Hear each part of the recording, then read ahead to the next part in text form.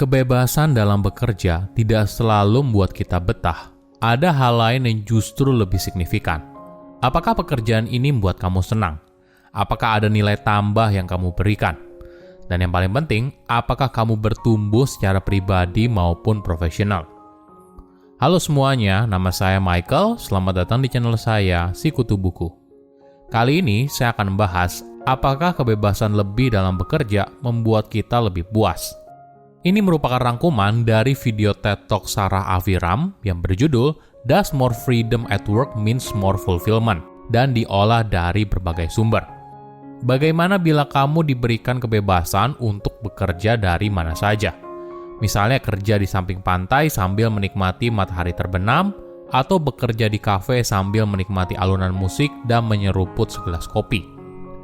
Tentu saja semua kebebasan ini menyenangkan.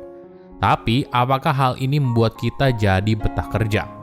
Ternyata tidak juga. Kebebasan kerja sendiri ternyata tidak masuk dalam 5 alasan terbesar seorang untuk mengundurkan diri. Jadi, apa yang membuat seseorang betah dalam bekerja?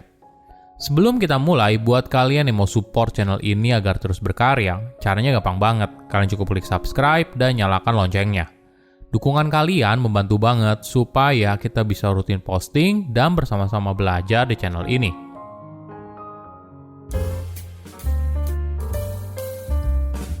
Di era sekarang, banyak perusahaan mulai memberikan waktu yang fleksibel bagi karyawan. Mereka sudah mulai mengadopsi hybrid model antara work from home dan work from office.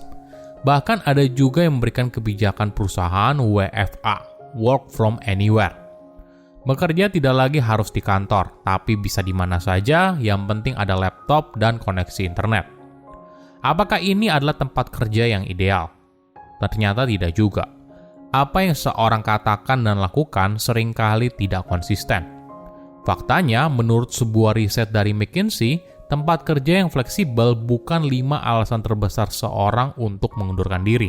Artinya, kebebasan lebih belum tentu membuat bekerja lebih bahagia. Sarah bercerita pengalamannya sendiri. Dia beruntung berada dalam perusahaan yang bisa bekerja dari mana saja. Jadi, setelah disetujui, Sarah mulai menghentikan biaya sewa apartemennya, menjual semua furnitur, dan membeli tiket dari New York ke Peru. Di sana, dia bisa bekerja secara virtual, lalu bisa surfing sambil menikmati sunset. Kemudian, Sarah pindah ke Meksiko, di mana dia bekerja di samping kolam renang. Lalu Sarah bergerak lagi dan dia ada di Vietnam, melakukan negosiasi kontrak di sebuah kafe, lalu pergi dengan temannya untuk makan siang. Selama perjalanan, Sarah juga bertemu dengan para digital nomad dan remote worker dari berbagai belahan dunia. Setiap orang punya cerita sendiri bagaimana mereka ada di sana. Ada yang baru cerai, ada yang terlalu penat di kantor, lalu berhasil meyakinkan perusahaan tempat mereka bekerja untuk bekerja secara remote. Namun setelah beberapa bulan kemudian, periode bulan madu telah usai. Sarah baru sadar kalau jalan-jalan yang dilakukan hanyalah sebuah plester luka dari masalah yang dihadapinya di dunia nyata. Jadi, ketika Sarah mewawancarai ratusan remote worker, hasilnya di mana kamu berada bukan itu masalahnya. Jika kamu membenci kerja di Jakarta, maka kerja di Medan bukanlah solusi. Apa yang kamu butuhkan adalah memperbaiki motivasimu dalam bekerja. Kita percaya kalau kita butuh sejumlah uang tertentu untuk menciptakan atau menjalani gaya hidup yang kita inginkan. Kita percaya kalau sebuah jabatan tertentu selaras dengan apa yang kita atau orang tua harapkan. Hingga akhirnya kita tidak sadar kalau kita terjebak dalam sebuah rutinitas. Ketika kamu tidak membebani diri soal uang, identitas diri, dan rutinitas, maka kamu bisa fokus pada peluang untuk mengembangkan diri, memberikan dampak, dan perasaan bahagia. Ini adalah elemen untuk karir yang lebih memuaskan, tidak peduli di mana kamu berada. Menariknya, kamu tidak perlu merubah total karir atau hidup yang kamu jalani sekarang. Esther Perel, psikoterapis dan konselor pasangan terkenal di dunia, mengatakan kalau di dunia barat saat ini, kebanyakan dari kita akan menikah atau menjalani hubungan yang berkomitmen 2 atau 3 kali. Beberapa dari kita akan melakukannya dengan orang yang sama. Coba pikirkan sejenak. Esther mengatakan kalau sebagian dari kita akan membangun dan mengalami hubungan baru dengan orang yang sama. Mungkin hal serupa juga bisa diterapkan pada hubungan kamu dengan pekerjaan di perusahaan yang sekarang. Mungkin setelah berhasil melewati masa-masa sulit, tawaran dari eksternal yang menggiurkan, atau bekerja dalam waktu yang lama, daripada memutuskan untuk mengundurkan diri, bagaimana bila kamu mencoba untuk mencari dan menciptakan jalan yang lebih baik untuk maju bersama? Tentunya, kamu mungkin tidak bisa mendapatkan semua yang kamu inginkan.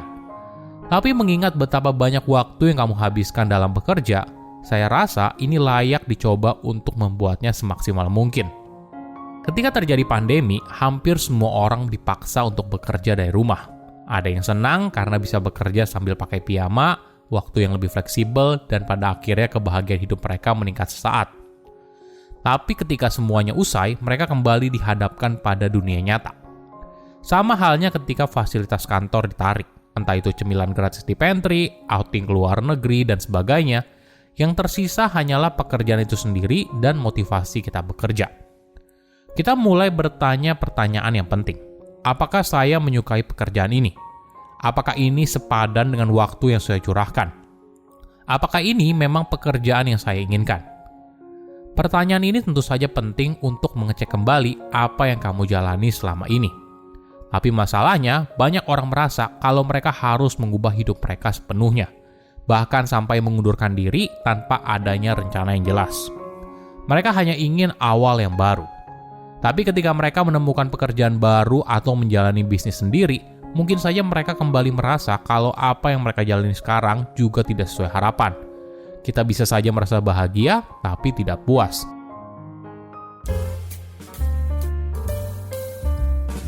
Oke, sebelum kamu membuat keputusan yang kamu pikir akan buatmu bahagia, mungkin kamu perlu menyadari kalau bahagia itu adalah sebuah perasaan yang tidak bertahan lama. Bahagia itu seringkali soal apa yang kamu inginkan di momen tersebut dan tergantung pada situasi di luar diri. Jadi pilihan yang lebih baik adalah kepuasan diri. Ada 3 elemen yang bisa kamu pertimbangkan untuk menciptakan sebuah kepuasan diri dalam bekerja. Pertama, kesenangan. Apakah pekerjaan sekarang memberikanmu energi untuk melakukannya lagi dan lagi? Perlu dipahami, bukan artinya ketika kamu jago di satu hal, maka artinya kamu suka mengerjakan hal tersebut. Jadi, kamu harus benar-benar perhatikan, apakah pekerjaan ini memberikanmu kesenangan atau tidak. Kedua, dampak. Bagaimana cara kamu memberikan nilai lebih bagi perusahaan? Jika kamu kesulitan menjawabnya, mungkin kamu bisa bertanya pada rekan kerja atau atasan. Fokuslah pada pekerjaan yang berada di jalan tengah keduanya. Di satu sisi sesuai dengan apa yang kamu inginkan, tapi di sisi lain, pekerjaan ini juga memberikan nilai tambah bagi bisnis. Ketiga, bertumbuh. Pengetahuan atau keahlian apa yang kamu dapatkan dari pekerjaan sekarang. Ketika kamu merasa adanya perubahan diri ke arah yang lebih baik, maka ini bisa jadi salah satu faktor yang membuat kamu puas dalam bekerja. Silakan komen di kolom komentar pelajaran apa yang kalian dapat ketika tahu informasi ini. Selain itu, komen juga mau tahu informasi apa lagi yang saya review di video berikutnya. Saya undur diri, jangan lupa subscribe channel YouTube Sikutu Buku. Bye-bye.